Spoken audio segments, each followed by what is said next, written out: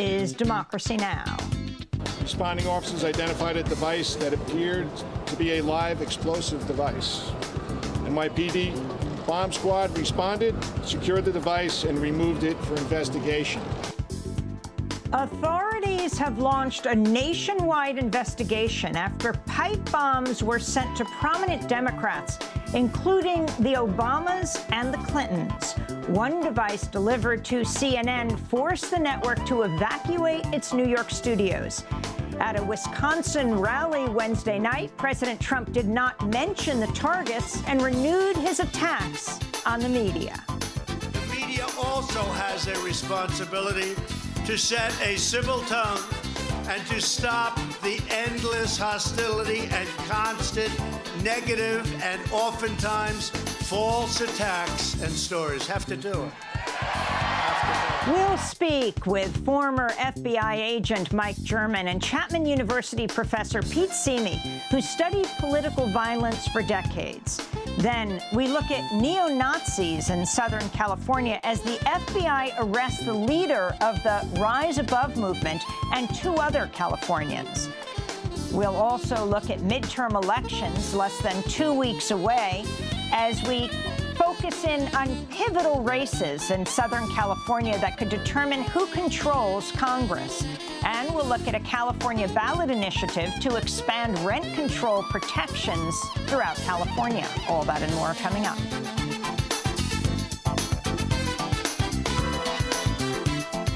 Welcome to Democracy Now!, democracynow.org, The War and Peace Report. I'm Amy Goodman. We're broadcasting from California.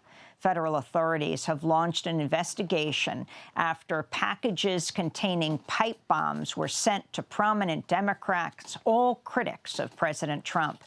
The bombs were sent to President Barack Obama and Michelle Obama, President Bill and Secretary of State Hillary Clinton, George Soros, former Attorney General Eric Holder, Congresswoman Maxine Waters, and former CIA Director John Brennan. Several of the bombs had listed Democratic Congresswoman Debbie Wasserman Schultz as the return address. CNN was forced to evacuate its New York studios in Manhattan Wednesday morning after it received what police described as a live explosive device.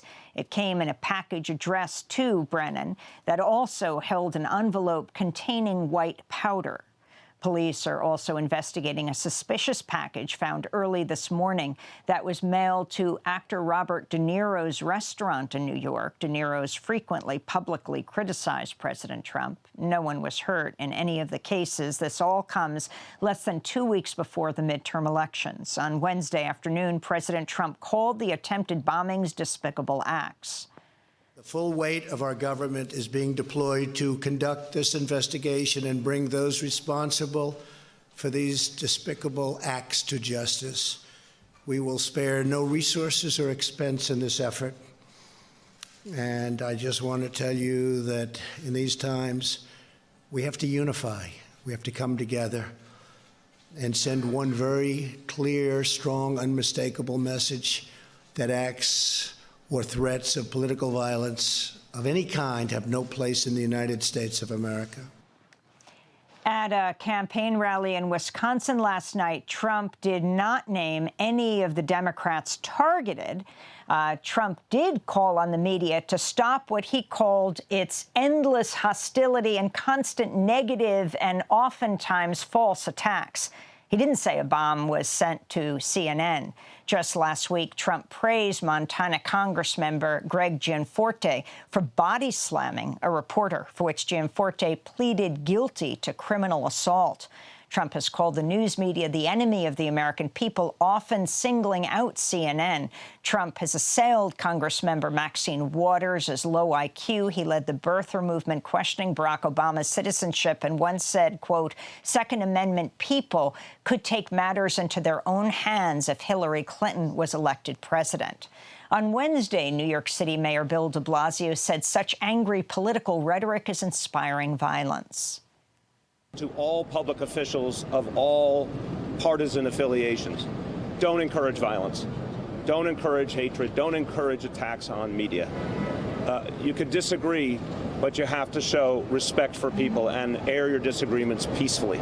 So unfortunately, this atmosphere of hatred is contributing to the choices people are making to turn to violence. Meanwhile, in Delaware, federal investigators are tracking a suspicious package they believe was addressed to former Vice President Joe Biden. Authorities said it remains unclear if the devices were operable bombs or designed to look like bombs. We'll have the latest on this developing story after headlines. Meanwhile, here in Southern California, the leader of California's neo-Nazi gang, the Rise Above movement, was arrested Tuesday at Los Angeles International Airport. Robert Rundo was reportedly picked up in Central America, sent back to L.A. Rundo faces charges of plotting riots and inciting violence for his role in a range of attacks in 2017, including the deadly Unite the Right rally in Charlottesville, Virginia, last August. 3 other members of the group were charged alongside Rundo, though one remains at large. The men are accused of participating in violent attacks as well as using the internet to incite violence ahead of various events. The group publicly documented their attacks as a recruitment tool. Earlier this month, 4 other members of the Rise Above movement were indicted on riot charges. Rundo reportedly left the United States for Mexico, then Central America, following the 4 indictments. In Saudi Arabia, Crown Prince Mohammed bin Salman spoke publicly for the first time Wednesday about the murder of Saudi journalist Jamal Khashoggi, the Washington Post columnist. He was speaking at the Saudi investment conference in Riyadh, dubbed Davos in the desert. First of all, the crime was really painful to all Saudis, and I believe it is painful to every human in the world. It is a heinous crime that cannot be justified. Today, Saudi Arabia is carrying out all legal things to finalize the investigation, to cooperate with the Turkish government, and to present the perpetrators to the court and take their judgment. Saudi Arabia's top prosecutor said Thursday Jamal Khashoggi was killed in a premeditated act. It's the latest change in the Saudi narrative over Khashoggi's death, reversing an early Saudi statement that Khashoggi died in a fistfight when he went inside the consulate. The Saudi royal family has denied involvement, instead scapegoating a number of Saudi agents who they say are responsible for the murder. Turkish authorities maintain Khashoggi was tortured, killed, and dismembered in a premeditated operation organized by Saudi government officials. Meanwhile, the Washington Post reports CIA Director Gina Haspel has listened to the audio tapes of Khashoggi's murder during her trip to Istanbul this week. During Senate confirmation hearings this year, the main controversy over Haspel was her decision in 2005 to order the destruction of videotape showing CIA torture at a black site in Thailand, which she oversaw.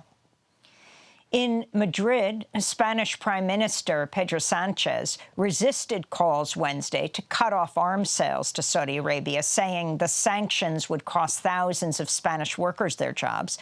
Last month, the Sanchez government reversed course after initially promising to cut off weapons sales over Saudi-led attacks on Yemen that have killed thousands of civilians. As Sanchez spoke to lawmakers, protesters gathered outside the Spanish parliament. This is Amnesty International's Isabel Mendoza.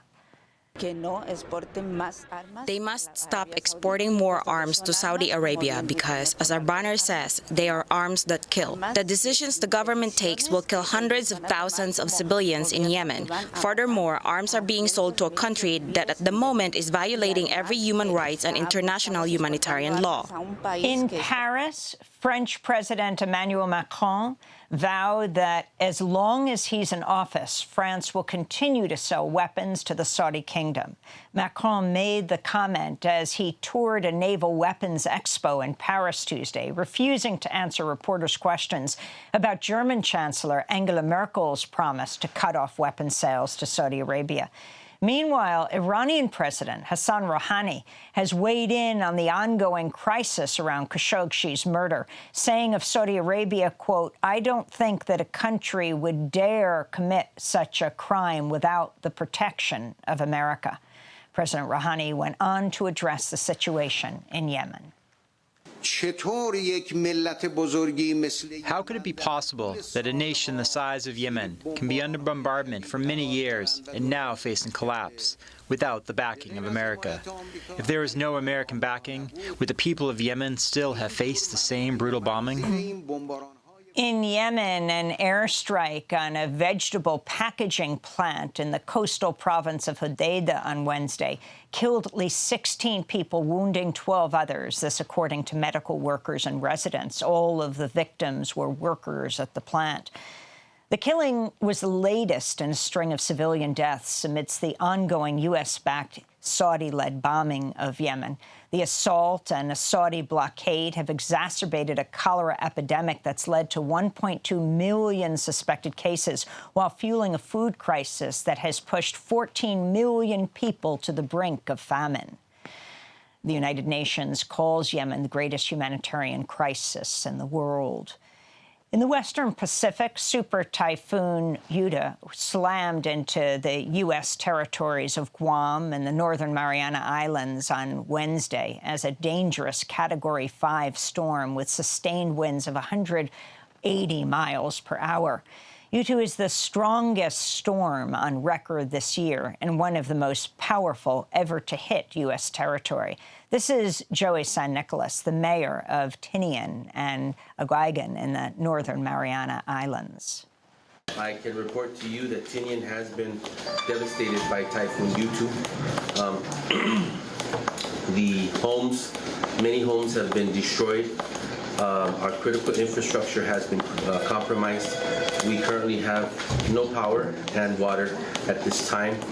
Our ports at this time are inaccessible, and several other points within the island are inaccessible.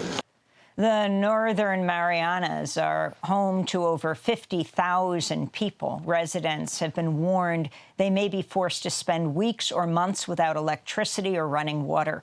Super Typhoon Yuta is making its way towards Asia and is expected to hit the Philippines and Taiwan later this week. Climate scientists warn global warming is raising ocean surface temperatures and driving more powerful storms. New York is suing ExxonMobil for deceiving shareholders over the financial risks of climate change.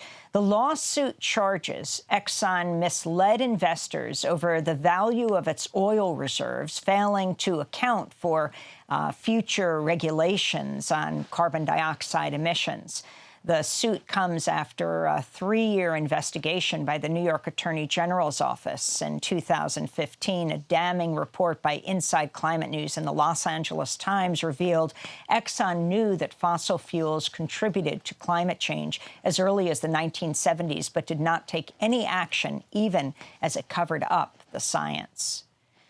In environmental news, European lawmakers have voted to ban single-use plastics in an effort to reduce ocean pollution. The ban includes plastic cutlery, straws, and disposable plates, and would take effect starting in 2021. This is EU lawmaker Frédérique Ries.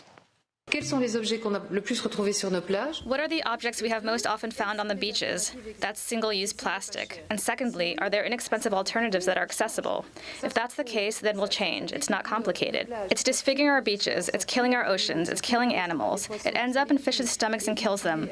And at the end of the day, it ends up inside our bodies. There's an impact on human health. There are alternatives which exist, which are not expensive and are often European. So we just change things. The regulations still have to be approved by individual governments before becoming law. The New York Times is reporting President Trump routinely uses the unsecured iPhone to talk to friends and business partners, despite warnings from intelligence officials that Chinese and Russian spies are listening.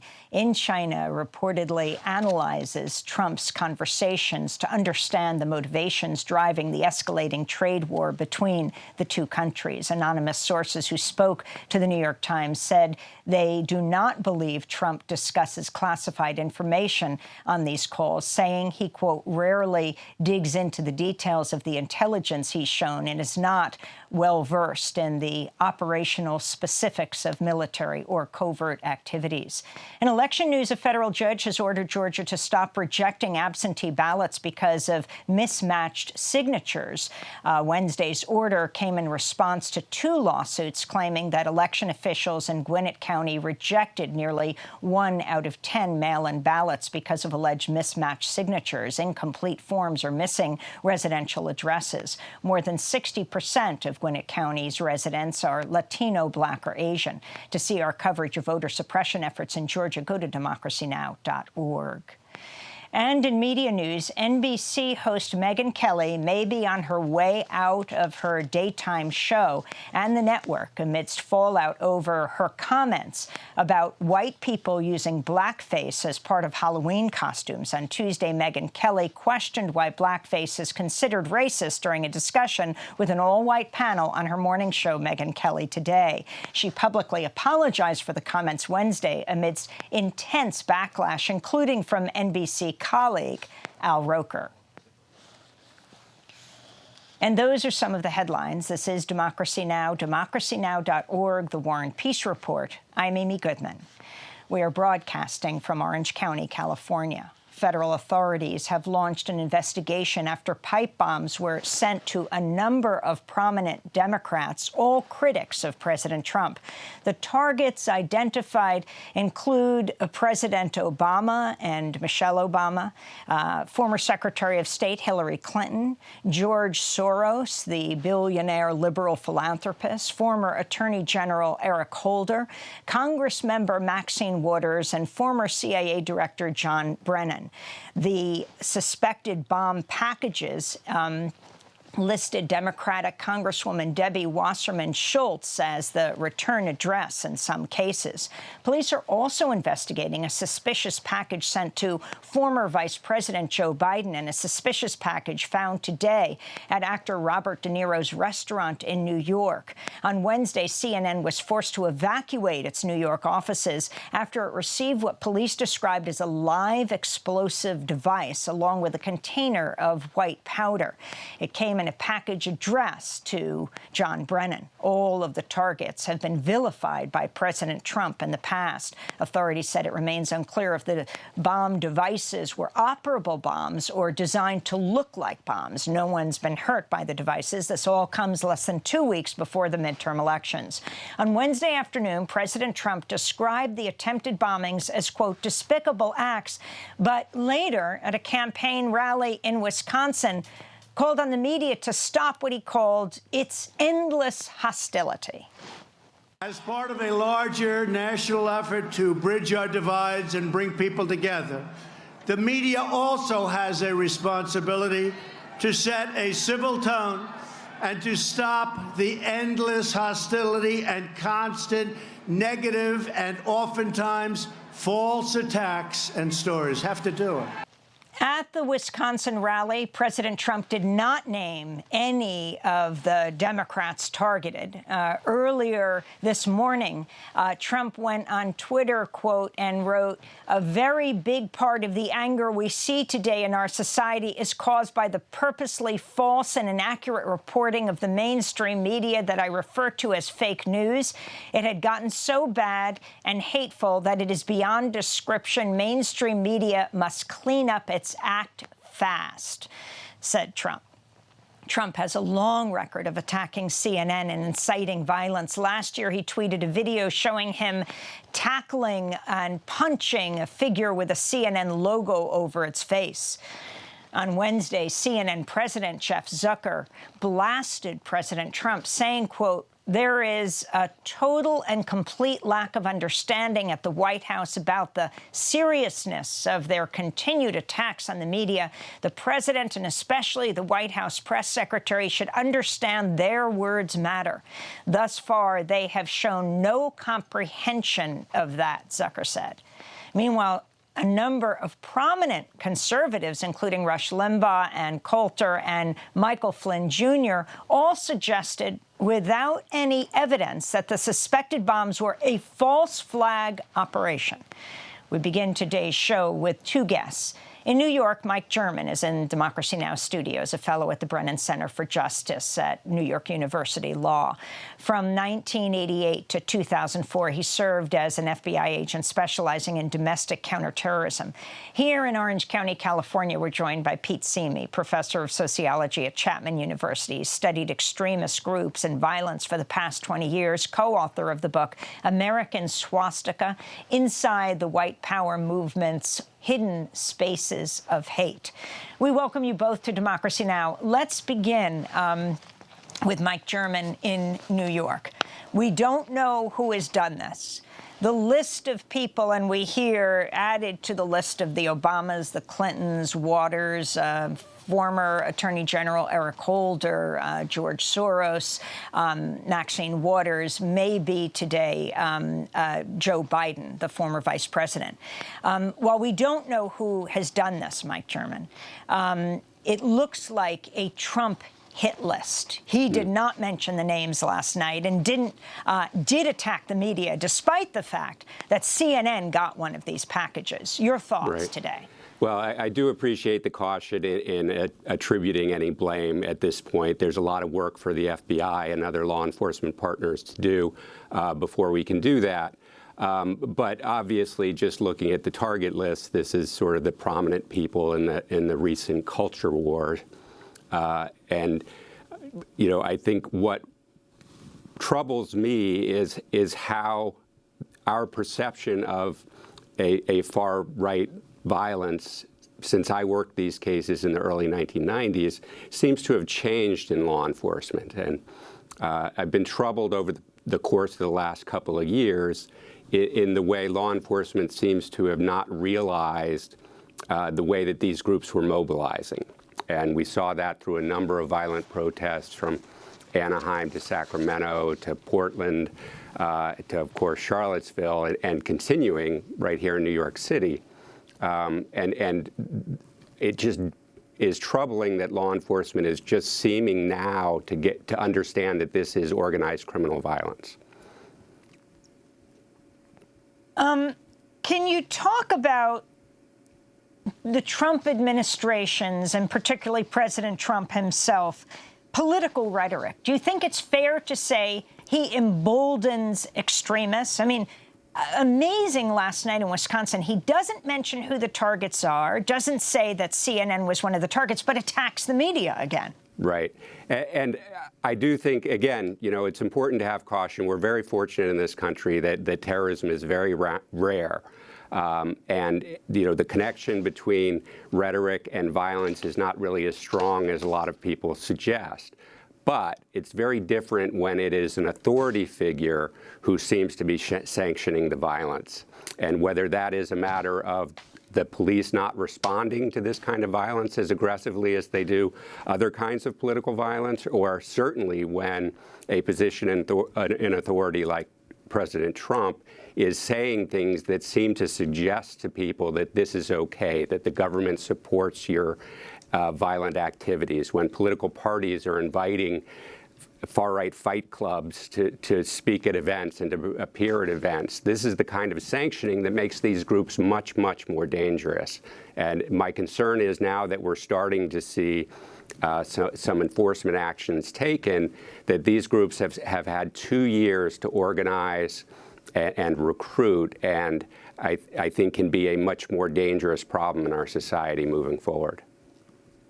Mike German, what about these allegations of some of the far-right conservatives talking about this being a false flag operation? And if you could explain even what that means. Sure. A false flag operation is when somebody targets a specific entity that will automatically cause people to think it's their opponents that have engaged in the violence. I think it's entirely irresponsible to be suggesting that, and again, only ramps up these culture wars and would only encourage more violence and retaliation. I mean, one of the big problems you have after an event like this is not just all the false alarms and how easy it is to trigger a false alarm if somebody wants to cause trouble. but copycats. And, to the extent these groups are getting any kind of encouragement, whether it's from the figures of the culture war, certainly whether it's from government figures, authority figures, the chances of seeing an increase in this kind of activity, I think, goes up. I want to go to the conservative radio talk show host Rush Limbaugh speaking yesterday. We have this series of bombs that were supposedly sent today exclusively to Democrats. And there's a smell test that this stuff has to pass. And so far, a lot of people's noses are in the air, not quite certain what to make of this. Republicans just don't do this kind of thing. Professor Pete Simi, what do you think of Rush Limbaugh's comments? We have this series of bombs. Thanks for having me, first of all. But it's incredibly irresponsible for folks to be touting these kind of false flag conspiracy theories, especially at this point when so little is actually known about what happened. And to suggest it doesn't pass the smell test, we're not sure exactly what that means. But what this does is it does further a much larger narrative that suggests that there's some kind of deep state conspiracy that's trying to undermine President Trump and is trying to ultimately really disempower individual citizens. And it's an idea that stems from ideas about the Second Amendment trying to be abolished, essentially, so that people can't harm and defend themselves. And it really is, this is really part of this larger kind of right-wing conspiracy theories that have included things like Pizzagate and ultimately, Pizzagate being? Yeah, the false contention that a pizzeria in Washington, D.C. involved a child sex labor ring that Hillary Clinton was involved with, and ultimately led one individual to go there to investigate and open fire. So, these kinds of wild accusations that involve these kind of conspiracy theories, they do, have an influence on people in a lot of different ways. Fortunately, not necessarily directly leading to violence most of the time, but on some occasions there does seem to be an influence. And so words matter, and especially people in authority positions, they have more influence. And so, I think there's just a real lack of responsibility when folks are touting these kinds of wild theories. I want to turn now to a very big story here in Southern California. The leader of the California neo-Nazi gang, the Rise Above movement, was arrested Tuesday in Los Angeles at the airport. Robert Rundo faces charges of plotting riots, inciting violence for his role in a range of attacks in 2017, including the deadly Unite the Right rally in Charlottesville last August. 3 other members of the group were charged alongside Rundo. Robert Borian and Tyler Laub were apprehended at the homes in Torrance, Redondo Beach as well. A 4th suspect, Aaron Eason, is still at large. The men are accused of participating in violent attacks as well as using the internet to incite violence ahead of various events. The group publicly documented their attacks as a recruitment tool. Earlier this month, 4 other members of the Rise Above movement were indicted on riot charges. So at the same time, we're seeing one after another suspected pipe bomb being sent off to leading Trump critics. We are hearing about this arrest here in California. Talk about who Robert Rundo is. Well, Rundo's not from California originally. He is from New York, actually. Grew up in the city, and his history does involve a history of violence. He spent several years in prison out in New York for a stabbing incident that he alleges was his form of self-defense. It was targeting alleged members of MS-13 gang, but it did involve him and at least one other person attacking this individual, and that Rundo actually actually stabbing the person several times. He made his way after getting out of prison out to the West Coast and ultimately settled down in San Clemente in South Orange County. And he and several other folks from this area formed Rise Above a couple years ago, in part as a result of their presence at rallies, where they kind of formed this identity of being kind of these street fighter type folks that were going to defend people's right to free speech. They're a group that really has focused on the idea of training, physical training. They do a lot of MMA training. They were actually just completed a European tour where they met with far-right extremists across Europe, including in Russia, with a leading MMA neo-Nazi group called White Rex. They do a lot of CrossFit training. So they really promote this idea of healthy lifestyle, and that they're kind of opposed to this kind of contemporary decadent culture and lifestyle that's being promoted by kind of multiculturalism. So they're very xenophobic and anti-immigration. They have links to much older white supremacist groups like the Hammer Skin Nation, which has been one of the largest neo-Nazi skinhead groups across the globe since the late 80s. So they're definitely part of this longer tradition of white supremacist groups that has a long history here in Orange County. Speaking at the White House on Wednesday, President Trump, I wanted to turn to a video that comes from Frontline, a video that describes what we're talking about. The new generation of white supremacists are pushing their politics into the mainstream. Rob Rundo seems to be part of that trend. His group's first public appearance wasn't at a torch march. It was in Huntington Beach, at a pro-Trump rally behind a banner that read, "Defend America." When anti-fascists showed up, Rundo and his crew attacked them. He pinned one of them on the ground and pummeled him.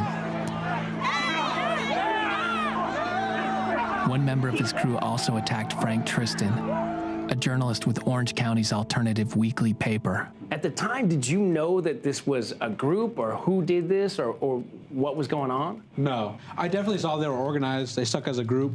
You know, also the banner. When we got back to the office and I started talking to Gustavo about everything, he started having me go out and look for everybody there who was attacking people. I started going through hashtags, so like hashtag MAGA March. That's you. Yeah, right there. So started finding pictures like this. So is this him hitting you? Is that later? So this is right after he had just hit me. When I clicked on his name, it took me to his profile. And you look at, and his picture is there, and you say, oh, that's the dude who attacked me. There you go. That's an excerpt of the recent PBS Frontline documentary titled Documenting Hate Charlottesville. The clip began with A.C. Thompson of ProPublica, who helped expose the Rise Above movement. And we were just listening to Frank Tristan, a reporter with the Orange County Alternative Weekly paper. Talk more about this. Yeah. So, this is, the investigative work that ProPublica has done exposing Rise Above and others as well has been extremely important in terms of trying to shed a light that otherwise seems to have been kind of ignored to a large extent, which is, a big part of the problem that Mike German was discussing earlier just a few moments ago. And I also want to mention something. If you look at Rise Above and their propaganda, they have been pretty adept at creating kind of glossy videos that show them training and doing graffiti and then also having clips of some of their physical violence at some of these rallies. They are very clear about identifying themselves as a nationalist.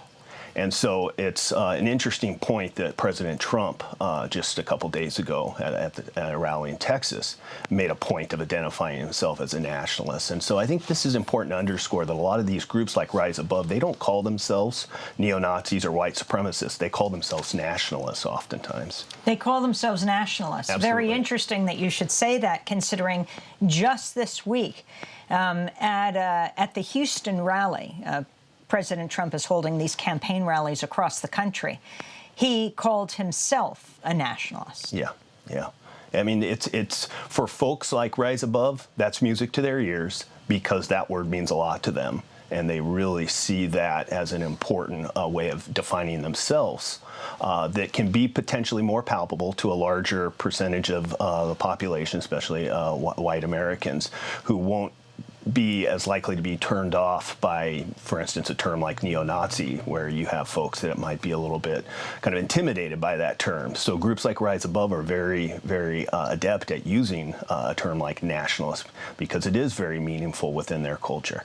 Mike German, would you care to expand on that? Also, in New York, we've been showing this video of the Proud Boys. The Proud Boys, a number of them were arrested by New York police after they basically rioted and assaulted people outside the Metropolitan Republican Club, where their leader was inside speaking. 5 of the 9 members of this far-right group, Proud Boys, arrested on rioting and assault charges.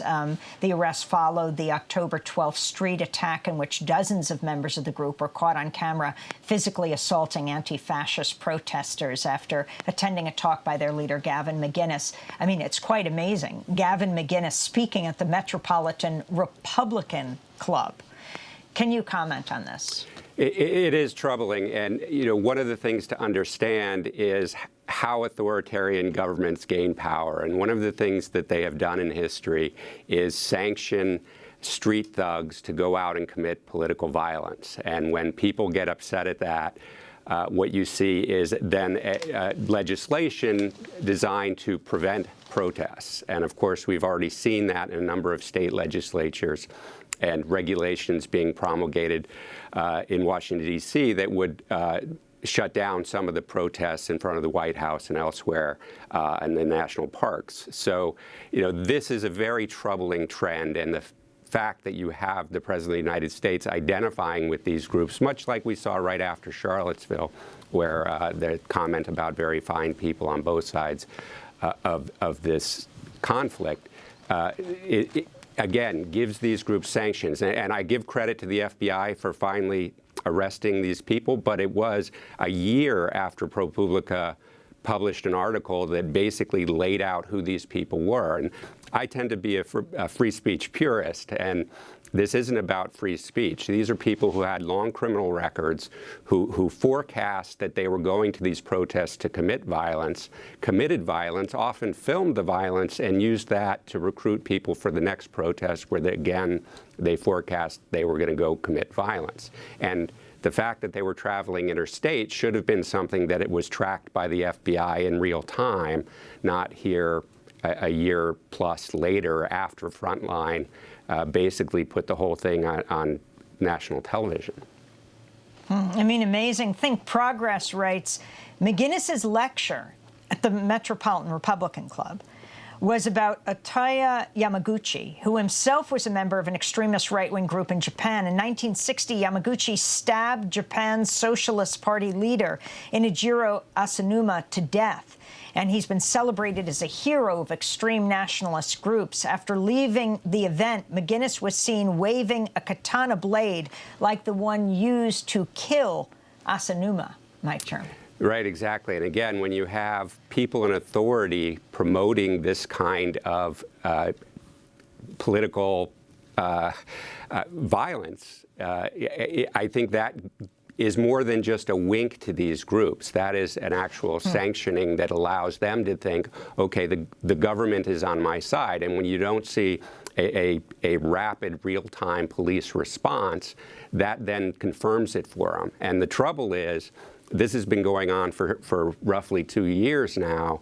So these groups have spent plenty of time recruiting, and now that there are enforcement measures being taken, it's easier for them to go back underground and be very strong in their ability to organize much more serious violence. Well, I want to thank you both for being with us. Of course, we're going to continue to cover this. We're heading back to New York today. Mike German is a fellow at the Brennan Center for Justice at New York University Law, not named for John Brennan, the former CIA director who had a pipe bomb addressed to him at CNN, causing the CNN studios to be released, but named for Justice Brennan from '88 to 2004.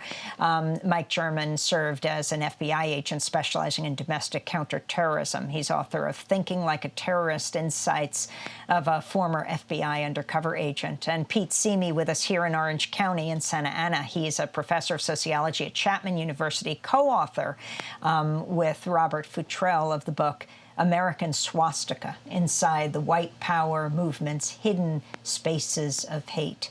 This is Democracy Now!, democracynow.org. When we come back, well, Southern California, where we are now, could determine the balance of Congress. We'll talk about some of the midterm elections, then look at a particular proposition that's on the ballot here around rent control. Stay with us.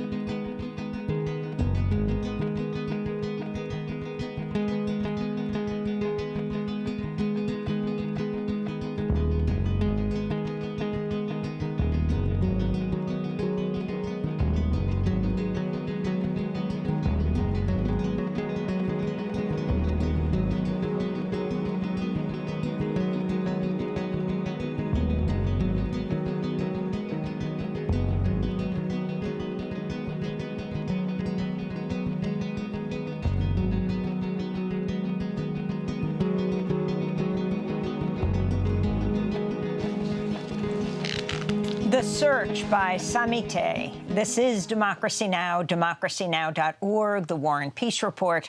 I'm Amy Goodman. We're broadcasting from Orange County, California, one of the key battlegrounds that could determine who controls Congress after the midterms. The Southern California county between Los Angeles and San Diego has remained staunchly Republican for 80 years. Orange County produced President Richard Nixon, who was born here in Yorba Linda and retired to San Clemente. And Orange County last voted for a Democratic president in 1936 with FDR.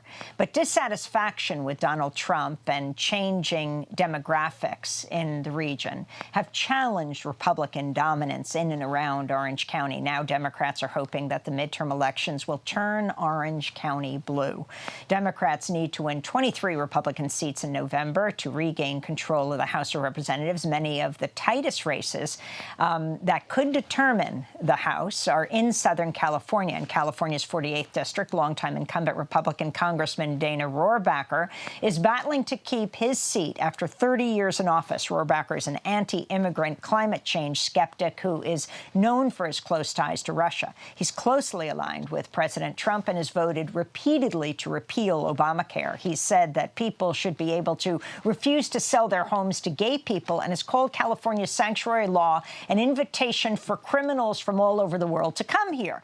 He has also said a, quote, massive flow of illegal immigrants are, quote, changing our quality of life. He's running against Democrat Harley Ruda, a former Republican in the 45th District, law professor Katie Porter, who has been described as Senator Elizabeth Warren's protege, is challenging two-time Republican incumbent Mimi Waters in another tight race. In the 39th Congressional District, Republican Young Kim, a South Korean immigrant, is running against Democrat Gil Cisneros. Well, for more, we're joined here in Santa Ana by Gustavo Arellano. He is a columnist for the LA Times, former editor of OC Weekly. Welcome to Democracy Now! It's Gracias for having me, Gustavo. So go through the list. A lot of focus, more so than ever. I mean, this was definitely red country.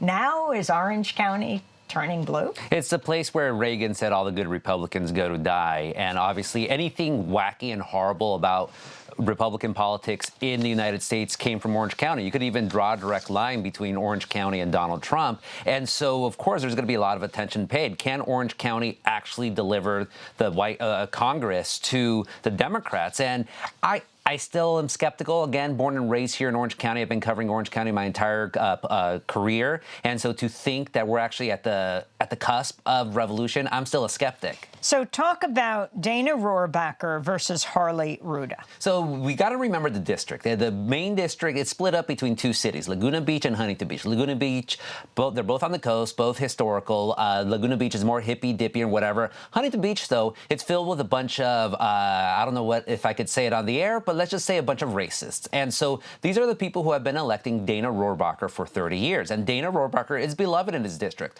All he has to do is just go on a surfboard once a year. He calls himself the surfing congressman, and that's it. Harley Rouda, brand new, millionaire, was a Republican not too long ago. So that said, a lot of people do not like Dana Rohrabacher. So this district really depends on how many people like him versus how many people hate him. But that said, I do not discount the fact that the people who like Dana Rohrabacher are going to go out in droves just because they despise anything that even reeks of liberalism. Can you talk about the political culture in Orange County, why it's a Republican stronghold? It used to be all agriculture. So it used to be orange groves. There's an orange to orange counties. And then that's before the 1950s. After the 1950s, it becomes suburbia. So you have two places where farming and development played a key role in the economy. Also, you had the defense industry. So, of course, you're going to have a lot of suburbanite racists coming in, and they're the people who had the power structure forever and ever. All of that has slowly been changing. It's still big parts of Orange County that remain that way. It's like the Deep South, except we don't have African Americans. We have Mexicans. And especially we're so close to the border, so you just have a lot of racism, a lot of middle-class racism just building upon itself again and again. So the Republicans were able to build this political dynasty. And that said, the Democrats ruled Orange County as recently as the 1970s. You had Democrats in Congress. You had Democrats on the Board of Supervisors. The problem with those Democrats, though, was they were all corrupt and they all went to jail. And so the Republicans came in. They're smart enough to not put themselves in jail, but they're still dominating all the local races and, until now, all the congressional races. Talk about the 39th District, where it is. Here you have two people of color who are running against each other, Republican Young Kim, Democrat Gil Cisneros. So the 39th Congressional District is going to be northeast Orange County. So we're talking about Fullerton, Yorba Linda, also a little bit of San Bernardino and Riverside counties. Some parts working class, a lot of parts wealthy. More importantly, it's about a third Latino, a third white, and a third Asian. So very much, you want to talk about the future of Orange County. Everyone pays attention to the Dana Rohrabacher race, but that's the one that really shows how Orange County is nowadays. Young Kim, she was a longtime staffer for longtime Congressman Ed Royce, who's retiring because he knew he wasn't going to win. Former state assemblywoman, then lost, then became a state assemblywoman again, and now she's running for Congress. Gil Cisneros, another one of these. First-time candidate, once Republican, now a Democrat, became a multimillionaire because he actually won a Powerball a couple years ago. So Young Kim, she's the one with the name recognition, but the same thing. How many people hate Young or hate Trump versus how many people actually like Gil? I can't really tell you many people who really, truly like Gil because no one knows who exactly he is. But this promises to be close. Oh, yeah, it's close all around. But and Gil Cisneros is a well-known political activist and figure. Man, I've been here my entire life. I didn't hear about Gil Cisneros until he announced. Yeah, people are desperately hoping, praying that this can come to Orange County, that the Democratic blue wave can come to Orange County. Again, do not underestimate the wackiness and the horribleness of Orange County voters. Until Election Day, I'm not trusting anything. And I tell this to the Democrats all the time, and frankly, the Democrats, they never expected to be here. If that even, for the past 25 years, they had even expected, hey, maybe one day we could actually challenge the Republicans, they'd be at a much better position than they are right now. Talk about the growing Vietnamese American community. I mean, it's the largest Vietnamese community outside of Vietnam, is that right? Yeah, Little Saigon around Westminster, Garden Grove, Santana. And it's interesting how these politics, these demographic politics play out in Orange County because the Vietnamese community is still resolutely Republican. There are a couple of Democrats, and when we talk about Republican, we're talking about Donald Trump supporting flaming, right-wing, whack-job Republicans. And so they're running for city council. There's a lot of attention being put that, oh, 28 of them are running this year, and 13 of them have the same last name, Nguyen, he, ha, ha, ha. Come on. Like, most of these Vietnamese are running, they're worthless politicians.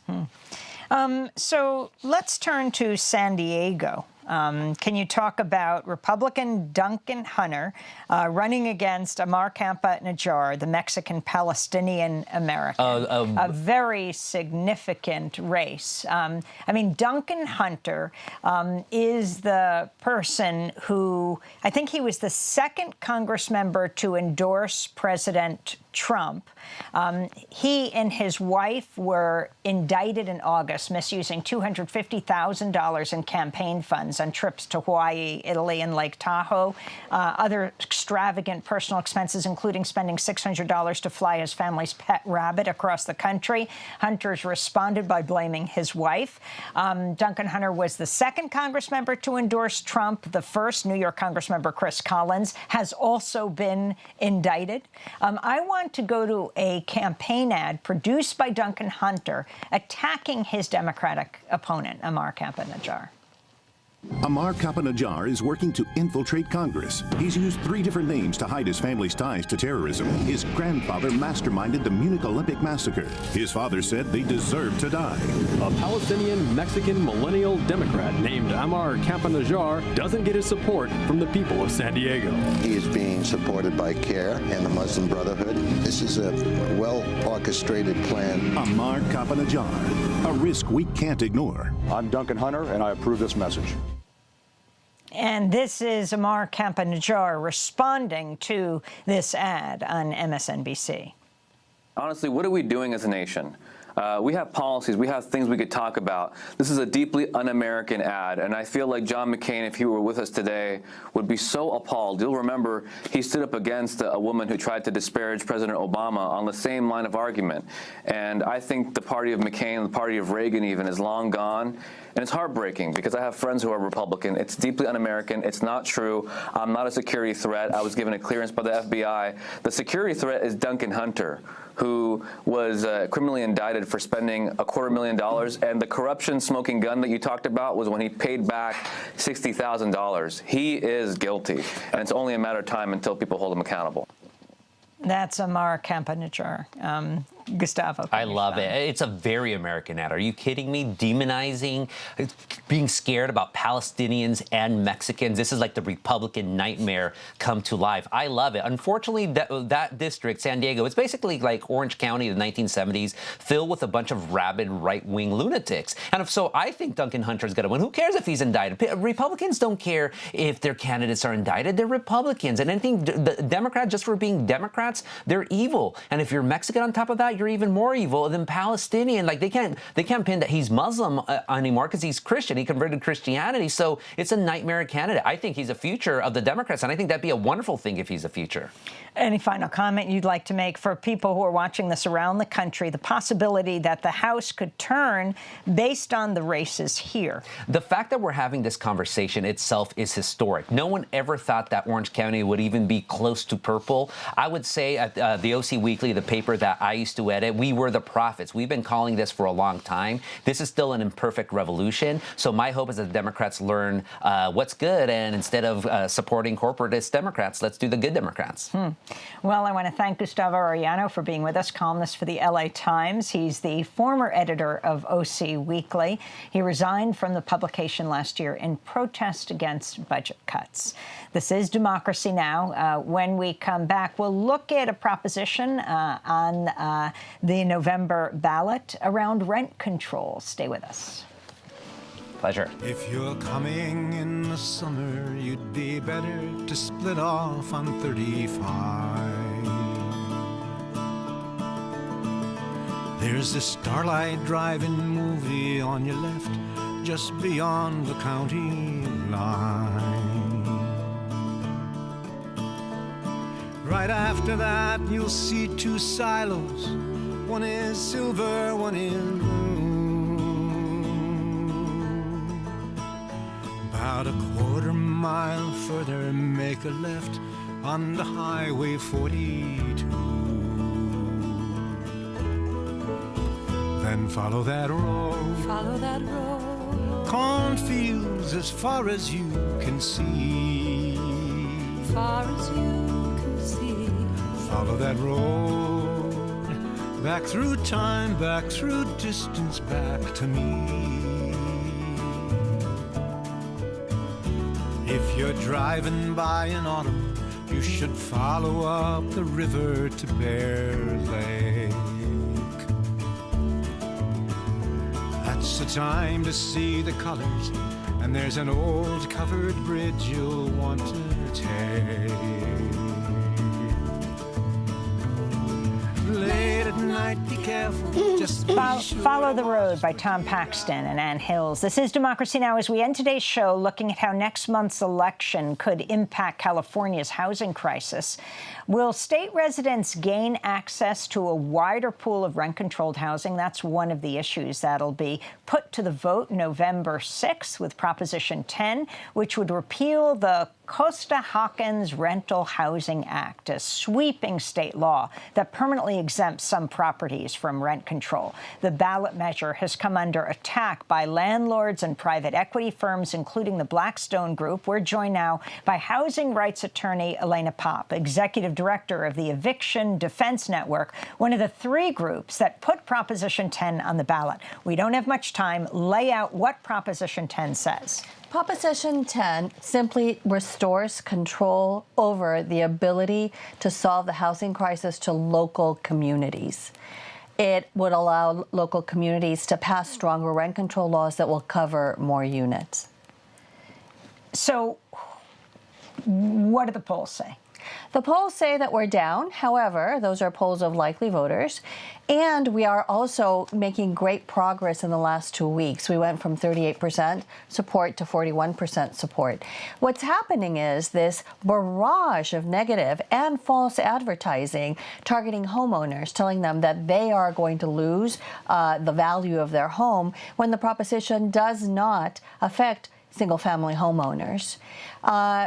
There is not a single jurisdiction that has ever imposed rent control on single-family homes.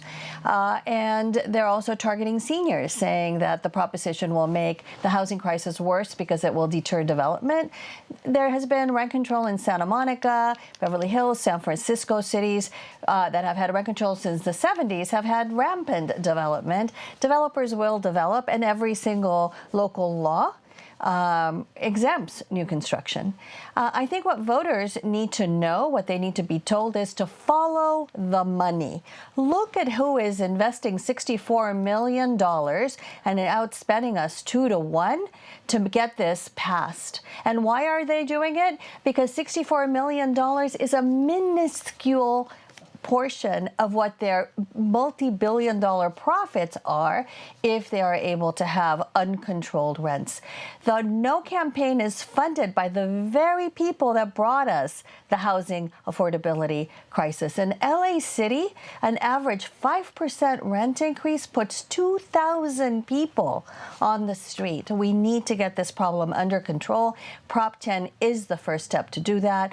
Follow the money and vote yes on 10 is what I tell voters. Your button that you're wearing, the rent is too damn high, makes me think about Jimmy McMillian of the Rent is Too High, Rent is Too Damn High party in New York who ran for mayor. Indeed, yes. Well, we'll continue to follow this, and we'll be doing a 6-hour broadcast on election night, and we'll let people know how you fare. Elena Popp is housing rights attorney, executive director of the Eviction Defense Network, one of the three groups that put Proposition 10 on the ballot. That does it for our broadcast. Special thanks to the crew here in Orange County, Brian Anderson, Josh Naper, and Vivian Tron. Democracy Now! Is produced by Mike Burke and Dina Guzder, Nermeen Sheikh, Carla Wills, Laura Gaddis-Diener, Tammy Ornoff, Sam Alkoff, John Hamilton, Robbie Karen, Hani Massoud, Sharina Nadura, Tay Marie Astudio, and Libby Rainey. Special thanks to Dennis Moynihan and Julie Crosby. Mike DeFilippo and Miguel Noguera are engineers. Also special thanks, Becca Staley, Hugh Gran, David Prude, Ariel Boone, Vesta Godars. Tomorrow night, Juan Gonzalez will be speaking at Rutgers University. Check our website at democracynow.org. I'm Amy Goodman. To see transcripts and get video and audio podcasts of Democracy Now!, you can go to democracynow.org. Again, we'll be doing a 6-hour broadcast on midterm election night. I hope you tune in. I'm Amy Goodman. Thanks for joining us.